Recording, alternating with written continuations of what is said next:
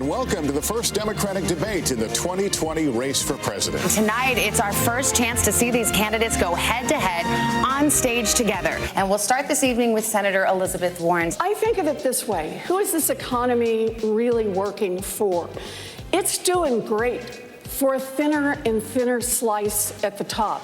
It's doing great for giant drug companies. It's just not doing great for people who are trying to get a prescription filled.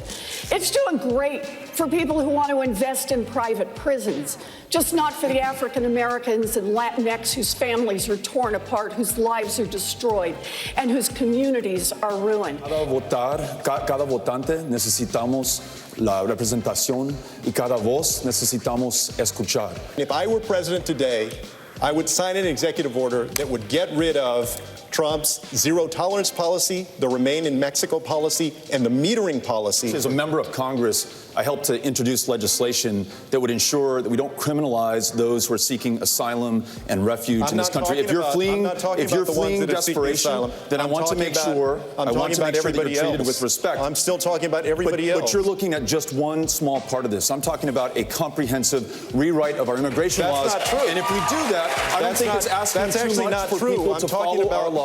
I'm talking about millions of folks.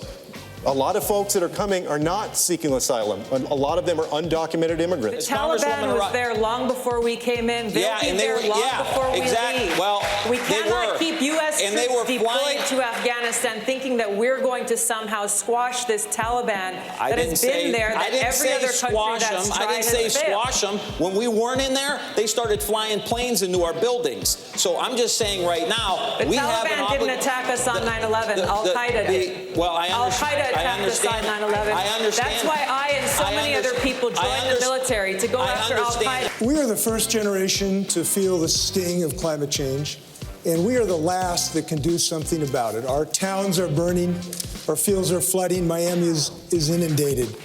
And we have to understand, this is a climate crisis. On day one, I will make sure that, number one, we end the ICE policies and the customs and border policies that are violating the human rights. When people come to this country, they do not leave their human rights at the border. This president is literally every single day 10 minutes away from going to war, one tweet away from going to war, and I don't think we should conduct foreign policy in our bathrobe at 5 in the morning. Who here would abolish their private health insurance in favor of a government-run plan? Just a show of hands, starting off with.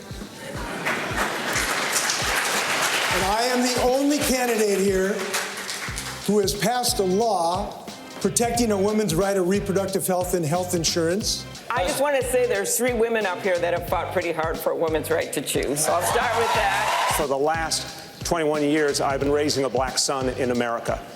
And I have had to have very, very serious talks with my son, Dante, about how to protect himself on the streets of our city and all over this country. We need to have a different conversation in this country about guns, but also a different conversation about policing that brings police and community together. We've done that in New York City, and we've driven down crime while we've done it. If you need a license to drive a car, you should need a license to buy and own a firearm. Who is the geopolitical threat to the United States? The biggest threat to the security of the United States is Donald Trump, and there's no question. Time now for closing statements. We want to begin with former Congressman Delaney. Closing now? Closing. Okay. 45 seconds.